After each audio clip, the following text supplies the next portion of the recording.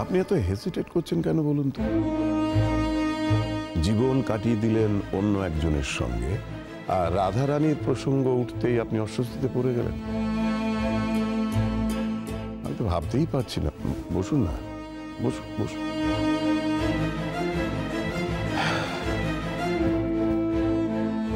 আপনি বিলেতি শিক্ষায় শিক্ষিত একজন নামী ব্যারিস্টার। আপনার মধ্যে এতটা অস্বস্তি কেন বলুন তো?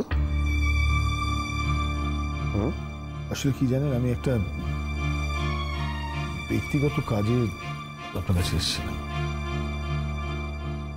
ব্যক্তিগত কাজে? আপনার সঙ্গে তো আমার কোনো ব্যক্তিগত সম্পর্কই নেই। তা ব্যক্তিগত কাজে আসবেন কি করে? আপনি যদি মনে করেন আমার কথাই শুনবেন না, তাহলে আমি আপনার সময় নষ্ট করব না, আমি চলে যাচ্ছি। আর যদি ডিসাইড করেন যে আমার কথা শুনবেন, তাহলে একটু ধৈর্য ধরে একটু সময় দেবেন আমাকে। হ্যাঁ হ্যাঁ, আমার কাছে প্রত্যেকদিন নানান রকম লোক আসে, তাদের কথা আমি শুনেও থাকি। যদিও তারা কেউ আমার কাছে মিথ্যে পরিচয় দেয় না, কিন্তু আপনি সেটা করেছেন। আমি আপনাকে মিথ্যে পরিচয় দিয়েছি? কোনটা মিথ্যে বলুন তো? সবটাই তো মিথ্যে পরিচয়। আপনি মিথ্যে পরিচয় দেননি।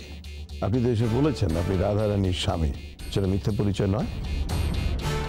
ওই পরিচয়টা যদি সত্যি হয়, তাহলে আপনার বাকি পরিচয়টা যে মিথ্যে হয়ে যায়। মিস্টার ব্যানার্জি, কিছু ভুল বললাম? না, আপনি ঠিকই বলেছেন। এটা ঠিক যে আমি রাধারানীকে আমার জীবন থেকে বাদই দিয়ে দিয়েছিলাম, এবং এটাও ঘটনা সত্যি যে আইন মেনে আমাদের ছাড়াছাড়ি হয়ে গেছিল। আবার এটাও সত্যি যে রাধারানী আমার বাড়ি ছেড়ে কোনোদিনই কোথাও যায়নি, এবং আমিও কোনোদিন রাধারানীকে চোখের আড়ালে রাখিনি। দাঁড়ান দাঁড়ান দাঁড়ান দাঁড়ান, আপনি রাধারানীকে রাখার কে? বলছি, আপনি রাধারানীকে নজরে নজরে রাখার কে? একজন পর পুরুষ হয়ে একজন মহিলাকে নজরে রাখার মধ্যে আর যাই বলুন, কৃতিত্বের কিছু আমি দেখছি না।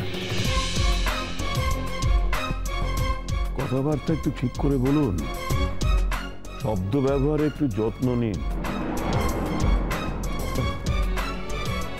আপনি শিক্ষিত মানুষ হয়ে যদি এভাবে কথা বলেন, তাহলে অন্যেরা কিভাবে কথা বলবে বলুন তো? কই আমার বোন রাধারানী অশিক্ষিত হয়ে আপনার সম্পর্কে তো কোনো কিছু বলেননি।